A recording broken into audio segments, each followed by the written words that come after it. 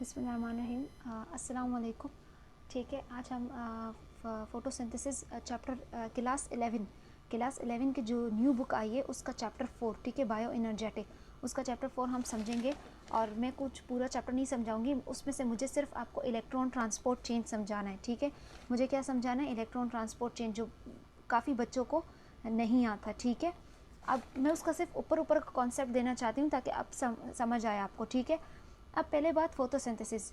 उस चैप्टर में दो चीज़ें, एक फोटोसिंथेसिस है और एक सेलुलर रिस्पायरेशन है। ठीक है, फोटोसिंथेसिस और सेलुलर रिस्पायरेशन। अगर हम फोटोसिंथेसिस की बात करें तो फोटोसिंथेसिस का मतलब क्या है? लाइट एनर्जी को इस्तेमाल करके, ठीक है, क्या है? लाइट एनर्जी को इस्तेमाल करके हम क्या बनाते हैं? हम ग्लूकोज बनाते हैं। ठीक है, फोटोसिंथेसिस का मतलब क्या है? ग्लूकोज बनाना। ठीक है, हमारी बात आती है फोटोसिंथेसिस पर। ठीक है, अब फोटोसिंथेसिस का मतलब क्या है? ग्लूकोज बनाना। ग्लूकोज किसका इस्तेमाल करके? लाइट एनर्जी का इस्तेमाल करके। ठीक है, लाइट एनर्जी का इस्तेमाल करके फोटोसिंथेसिस बनाना। अब ये जो फोटोसिंथेसिस है ये आपके दो किस्म के हैं, एक है लाइट डिपेंडेंट, एक है लाइट इंडिपेंडेंट। ठीक है, सही हो गया। इसमें मैं इलेक्ट्रॉन ट्रांसपोर्ट चेन समझा रही हूँ, लेकिन अगर मैंने स्टार्ट में ये नहीं समझाया तो आपको समझ नहीं आएगा। ठीक है, अब अगर हम लाइट डिपेंडेंट की बात करें तो आपका बुक बोलता है कि light dependent reaction is completed into following events. 4 events होते हैं लाइट डिपेंडेंट रिएक्शन में।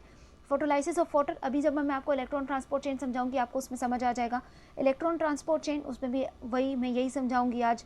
एक लाइट इंडिपेंडेंट रिएक्शन का एक part reduction of NADP into NADPH, ये भी इसी में ही आ जाएगा जब मैं आपको इलेक्ट्रॉन ट्रांसपोर्ट चेन समझा दूंगी। ठीक है, लास्ट स्टेप है फोटोफॉस्फोराइलेशन। ठीक है, फॉस्फोराइलेशन का मतलब ये है कि ATP को बनाना। ठीक है, ATP banana with the help of light. अब लाइट डिपेंडेंट रिएक्शन के 4 स्टेप्स हमने पढ़ लिए। लाइट इंडिपेंडेंट रिएक्शन के 4 स्टेप क्या है? आपके बुक से ही देखते हैं। ठीक है, आपका बुक क्या बोलता है? 3 स्टेप्स है लाइट इंडिपेंडेंट के, कार्बोक्सिलेशन, रिडक्शन एंड रीजनरेशन। ठीक है, तो लाइट इंडिपेंडेंट रिएक्शन के कितने स्टेप्स है? Carboxylation, reduction, regeneration. ठीक है, ये मैं आपको मोटा मोटा कॉन्सेप्ट दे रही हूँ क्योंकि आपको ताकि समझ आए। ठीक है, ऊपर से ताकि आपको समझ आए कि भाई हम कब पढ़ रहे क्या है। तो इस चैप्टर में मैंने आपको जैसे कहा था कि दो चीज़ें, फोटोसिंथेसिस है, सेलुलर रिस्पायरेशन है। फोटोसिंथेसिस का मतलब लाइट का इस्तेमाल करके ग्लूकोज बनाना। ठीक है, अब एक लाइट डिपेंडेंट रिएक्शन है जिसके 4 स्टेप्स हैं। ठीक है, एक लाइट इंडिपेंडेंट रिएक्शन है जिसके 3 स्टेप्स हैं। ठीक है, इससे भी आपको ग्लूकोज आप प्लांट्स बनाते हैं, और लाइट इंडिपेंडेंट रिएक्शन से भी ग्लूकोज। अब बात आती है सेलुलर रिस्पायरेशन की। ठीक है, किसकी? सेलुलर रिस्पायरेशन की। सेलुलर रिस्पायरेशन का मतलब ये है कि जो फोटोसिंथेसिस ने ग्लूकोज बनाया था उसी ग्लूकोज को ब्रेक डाउन करके एटीपी यानी एनर्जी हासिल करना। ठीक है, सेलुलर रिस्पायरेशन या सेलुलर रिस्पायरेशन, बेसिकली रिस्पायरेशन का मतलब ये है कि ग्लूकोज का इस्तेमाल करके एटीपी बनाना यानी एनर्जी बनाना। अब ये जो रिस्पायरेशन है ये आपकी दो किस्म की है। ठीक है, एक है एरोबिक, एक है एनएरोबिक। ठीक है, अब जब हम ग्लूकोज को तोड़ते हैं तो दोनों में ये स्टेप कॉमन है। कौन सा स्टेप कॉमन है? ग्लाइकोलाइसिस। क्या कॉमन है? ग्लाइकोलाइसिस। लेकिन जैसे ही ग्लाइकोल, आपको बोला था रिस्पायरेशन का मतलब ये है ग्लूकोज को लेकर एनर्जी बनाना। अब ग्लूकोज जो रिस्पायरेशन है उसको हमने डिवाइड किया एरोबिक एंड एनएरोबिक में।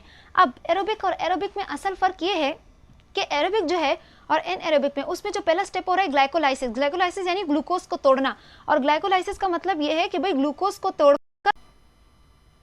ठीक है, मैंने बोला था भाई कि अब ऑक्सीडेशन ऑफ पायरुवेट हुआ, पायरुवेट क्या थी? हमने एसिटाइल कोए बना लिया। जब एसिटाइल कोए बना लिए तो एसिटाइल कोए का क्या मतलब हुआ कि भाई एसिटाइल कोए, अब क्रेब्स साइकिल क्या करेगा? इसी एसिटाइल कोए को इस्तेमाल करेगा और आपको कंपाउंड्स निकाल के देगा NAD और FAD।